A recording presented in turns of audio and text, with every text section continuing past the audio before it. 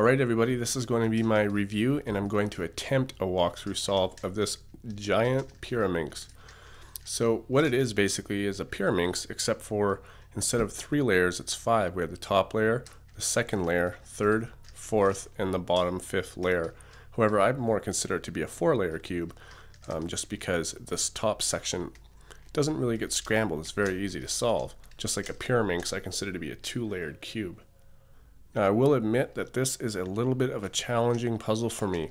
I do have a method that I use. I will be explaining that as I go along, and it requires finishing all the edges and then working on the centers using algorithms.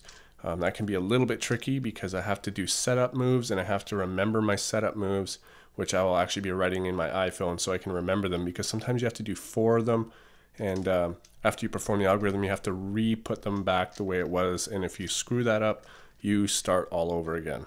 As for the turning of this puzzle, it wasn't that great out of the box. I did have an unboxing for it. It's from Light Take, but I did end up deleting the footage by accident. With that unboxing, I also did get a Shengshao 4x4 version 3, which I will be doing a review about it and disassembly and stuff like that. So like I said, out of the box it turned very bad. I did use Maro Lube on it and that helped a lot. I didn't think that Lubix was going to react well with this plastic. I've gotten pretty familiar with Lubix and what it does and doesn't work on. A lot of people say it's the best one, and it is, but not for this. But Maro Lube did work very well for this, and now the corners turn very, very smooth.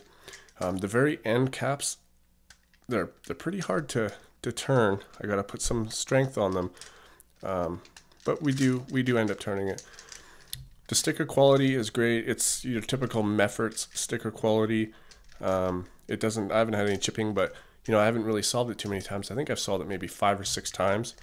But yeah, as far as the turning and that goes, it's fine. The corner cutting, who cares? It's a Pyraminx. We don't really corner cut on a Pyraminx too much.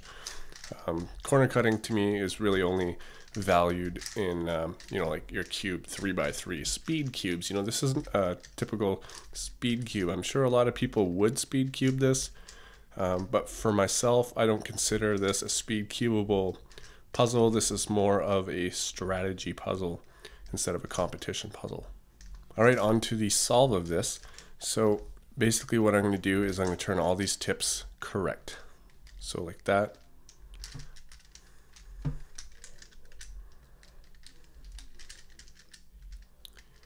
Okay, all these tips are correct. Now I'm going to make all of these tips line each other. So this has got yellow, that has yellow, and this has yellow. So I know this is the yellow side. Turn that there. This is the green side. Turn this until the green, and it's very easy. Now we have all the corners. So now we're going to get the centers. So here's the yellow center. That's already on its yellow side. The blue center, it needs to be on its blue side, and that should complete the centers. Green, red. So that works. Alright, so now from this stage, what I'm going to do is I'm going to put in these pieces. Now this is attached to this. As you can see, if I turn the cube like this, this here is the piece that I'm going to be inserting. Let's make sure we didn't screw anything up. No, and it's very easy to wreck your work on here. So I'll give you an example of what I do. So let's find a blue and a yellow piece that fits here. So here just happens to be a blue and a yellow piece. So I'm going to put that up in its spot. I'll get that out of the way. I'll put this back, and then I'll put that back. And now I want the other one. So let's find it. Here it is here. So we can put it in its spot, and then we can get it out of the way, move this one back, and then move that back again. So I'm basically going to do the same for this and this one. I'm not going to worry about the bottom yet, but I'm going to do this one and this one. So I'll go ahead and do that. Okay, so I've finished that now. I've got all of these pieces in. Now I'm going to worry about the bottom. So I'm just going to flip it over, and basically what I want to do is put one piece on each side, but in a way that I can swap the last 3 pieces.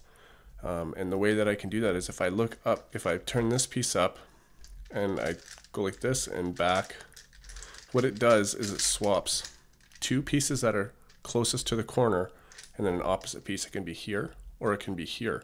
So what I don't want is a connected solved piece in this right position, and this right position. I can have right, right, and left, or left, left, and right, any of that kind of stuff. So it does get a little bit tricky. I am going to try to do it right now and see if I can get it done.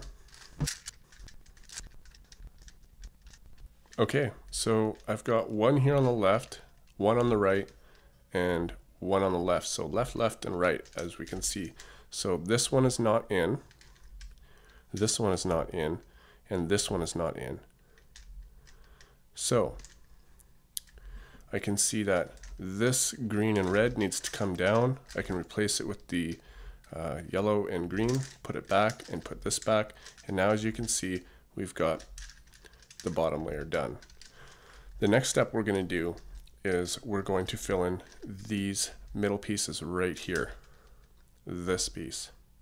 And we're going to do that the exact same way as we do a regular Pyraminx.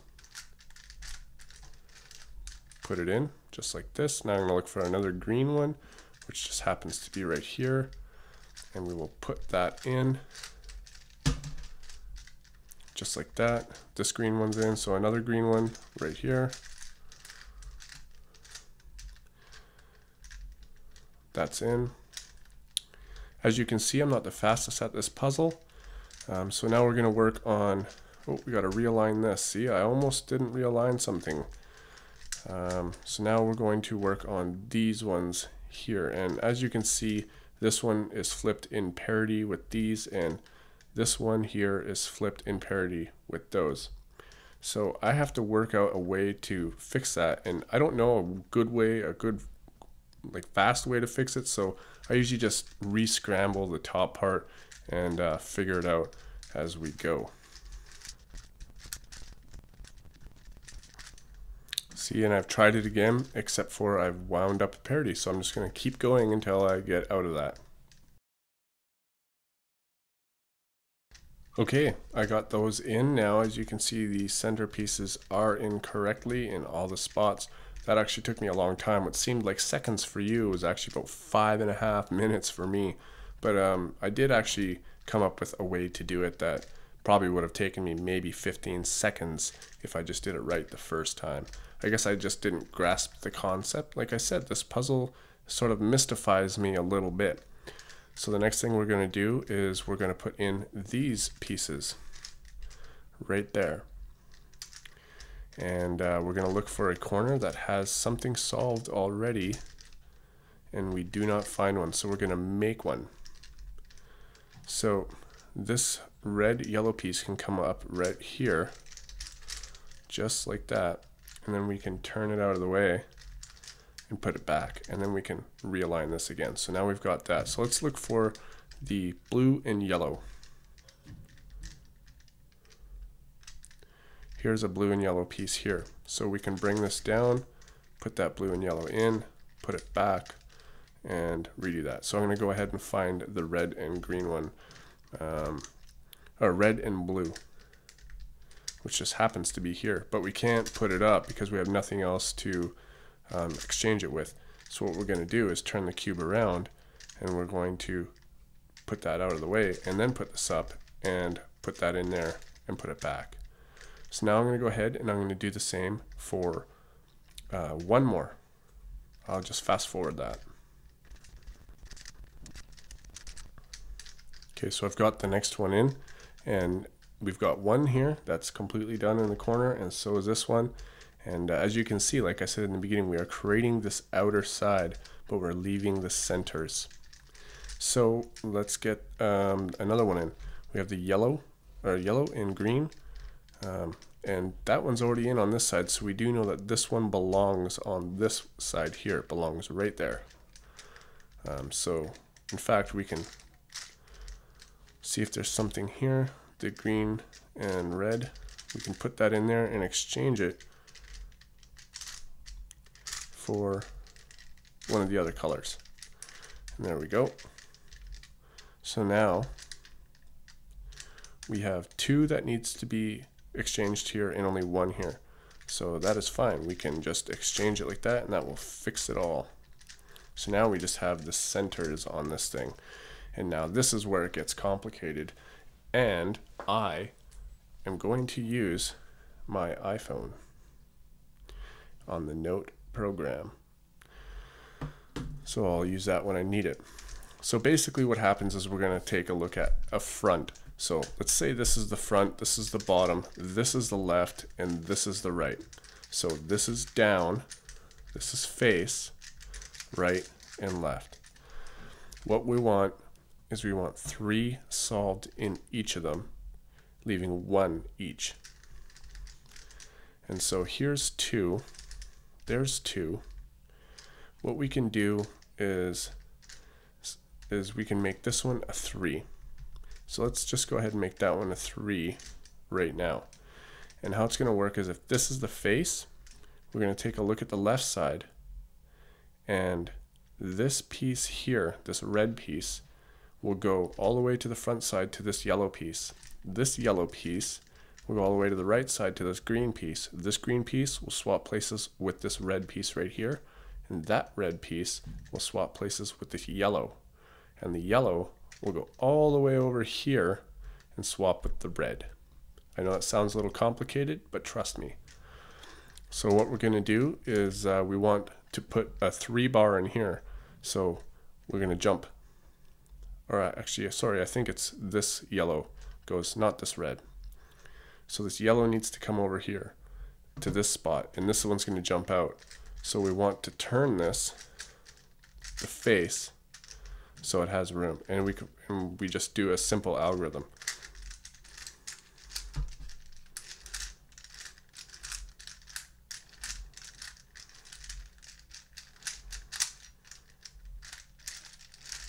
And then we turn the face back.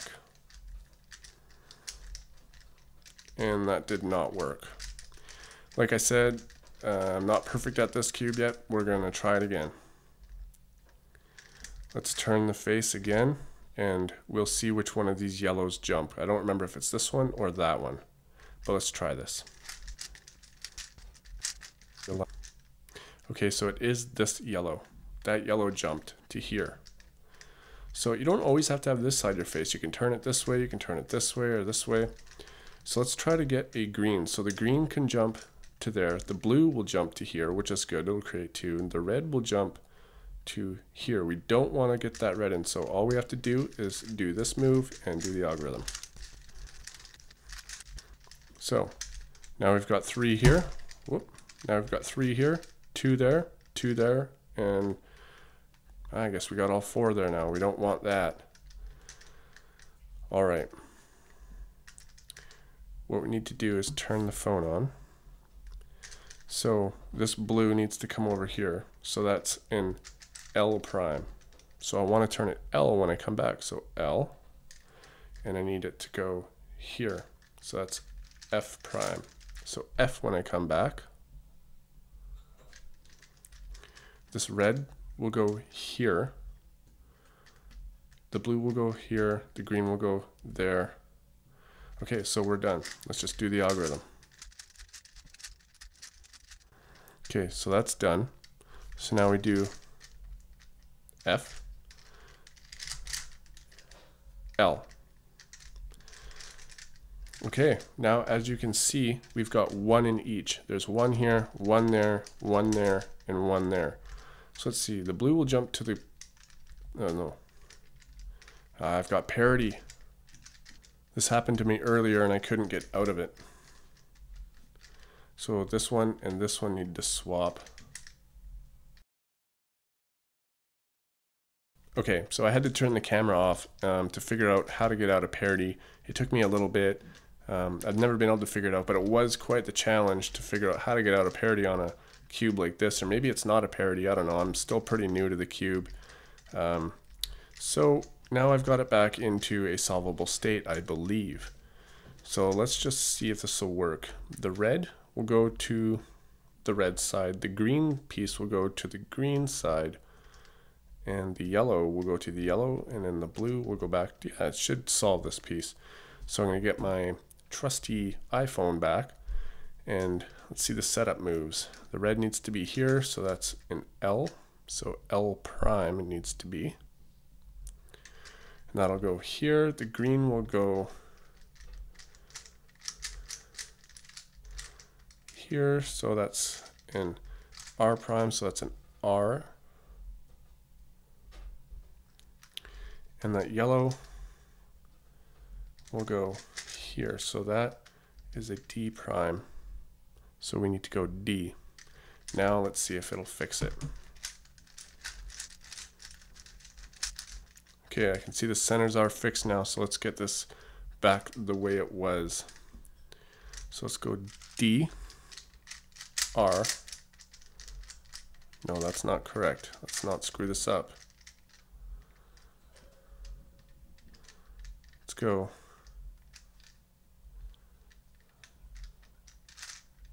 D, R, L. There we go, L prime. Okay, so now we've solved this. As you can see, it can get quite confusing when it comes to making sure that you are putting back your setup moves. Otherwise, you can become very confused. Even two moves like this, sometimes you'll look at it like, how do I get out of that? So anyways, as feeble as my attempt to solve this was, I hope the video was entertaining. If you are looking for a challenging puzzle, I do recommend getting this one. I know there are probably going to be a lot of people out there being like, wow, that guy is an idiot. He just cannot solve that puzzle properly. Well, you know, I've never been taught how to do that.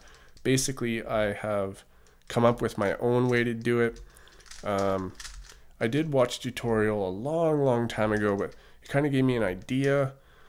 But this is an intuitive way to do it, and I liked the challenge of the puzzle. So I do recommend that you go out and get this, and please do not look up a tutorial. Try to remember what I've shown you here and try to do it. Challenge yourself. I've been really getting into puzzles that are more challenging lately, and this is definitely one of them. So I highly recommend getting this puzzle.